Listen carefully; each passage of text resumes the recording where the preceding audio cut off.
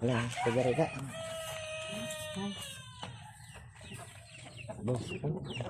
Boss, yung sisiw natin isa na lang ang natira kay nakakapasok yung mga pusa dito sa kulungan.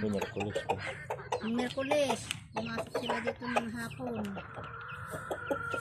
Kaya isa lang ang natira. 2 beses na pumasok yung pusa dito. Nakita ko yung mga pusa na pumasok. Lumabas sa pintuan.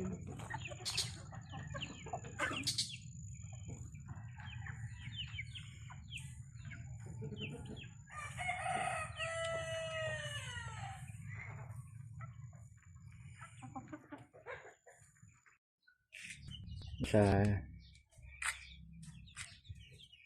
mga sisiw sa mga maliliit pa.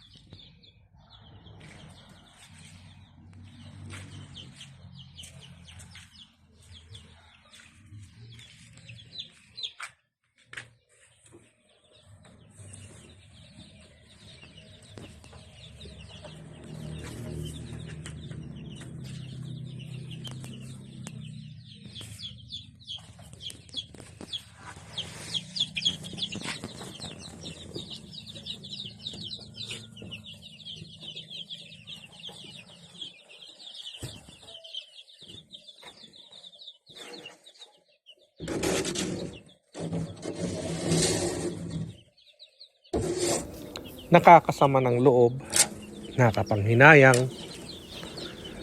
pero magagawa ko. Talagang ganun. Kasama yan sa isang hobby na mamatayan o mabudol kasi wala tayo doon sa lugar. Sayang. Mahigit kulang-kulang. Mahigit. Dami. Yung problema nga kung hindi ikaw talaga nag-aalaga,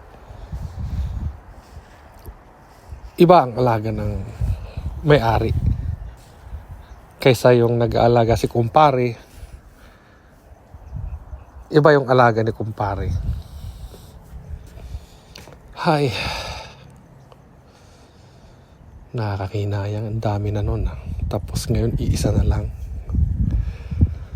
Ang gagawin ko, Kuya Eddie? Sayang naman kung tigilan natin. Kaya wala naman akong kalaban, pero ituloy lang.